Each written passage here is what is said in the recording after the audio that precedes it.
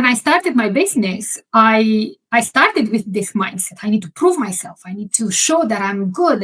And because we are in the business of like branding, marketing, business strategy, I have to have the perfect website.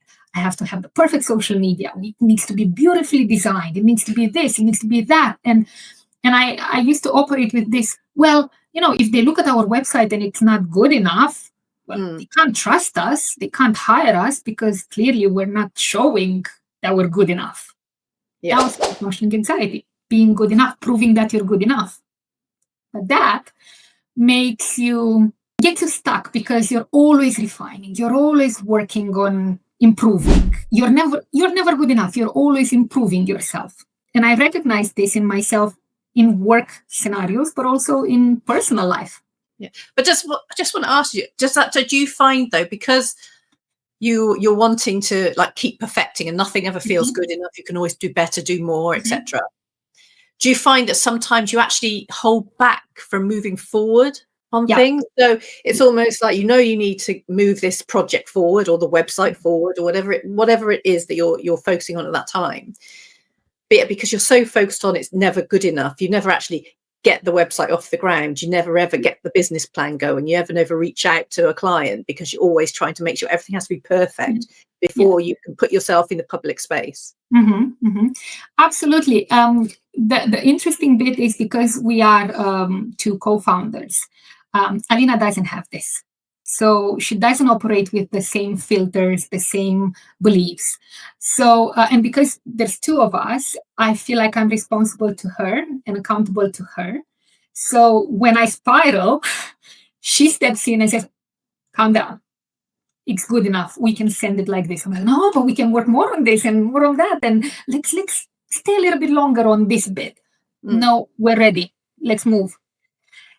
And then again, because I'm responsible and accountable to her, I go with what she says. And that's how we played it initially until I became aware of this, let's call it conditioning, high-functioning anxiety.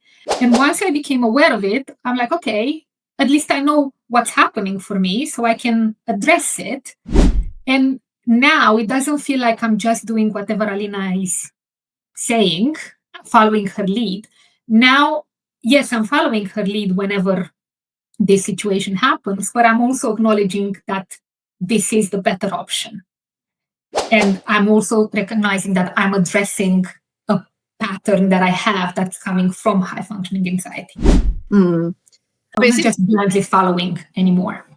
Yeah, I mean, it's great that you've got that sort of buffer with having a business partner. Some people don't have that, but it's great that they can sort of know each other that well. But also what I just came to my mind, a thought is that when you have high functioning anxiety, you're like a lot of people, when they get highly stressed, they sort of go, you go into that fight flight mode, or freeze even, where you don't want to move. But the thing I've noticed with what I've been reading about and understanding of high functioning anxiety is that you're very capable of doing everything. So you look like you're very, on it. You're high energy. On the outside, you're looking like you've got everything in place, everything organized, you're focused, you're on it 24/7, you're completely in control. But it's what's going on underneath that's the problem. The outside world, it looks like, wow, this person's incredible. But underneath, it's all these other issues, like we talked about, the imposter syndrome and the fear of failure and all that going on underneath that nobody sees. So there's a turmoil inside. Yeah.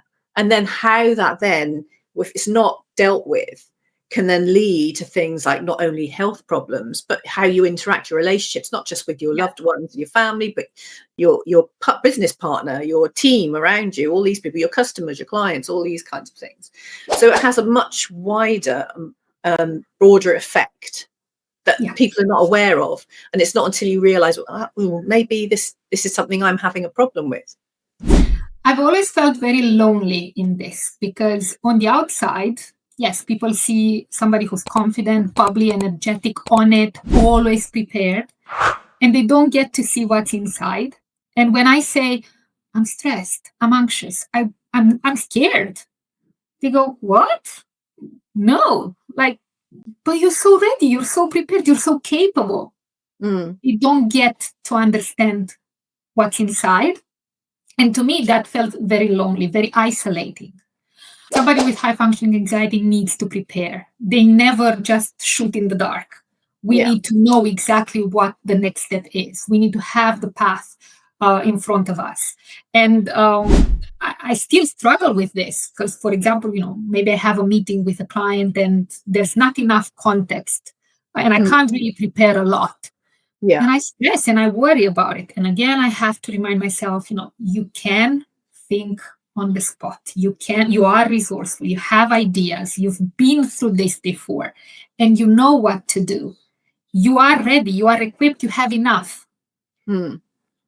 I need to constantly remind myself about all of this in order to calm this anxiety. But something that helps me a lot is actually talking about how I feel. So having somebody to share this burden with and create that connection is Mm. amazing, because otherwise, like I said, it's very isolating and you're suffering alone.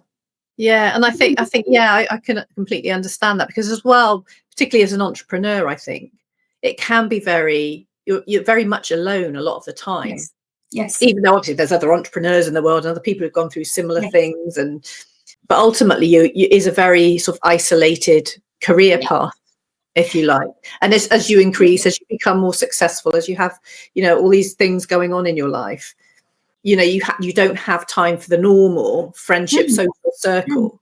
Yeah. And I think that's a problem a lot of people have as they sort of their business grows and they're doing more and as I said, becoming more successful, that this sense of having no one to talk to. And I think having to find those groups of people that may be somewhere where you can feel safe talking about the stresses you're under, and it's very hard to find, I would think.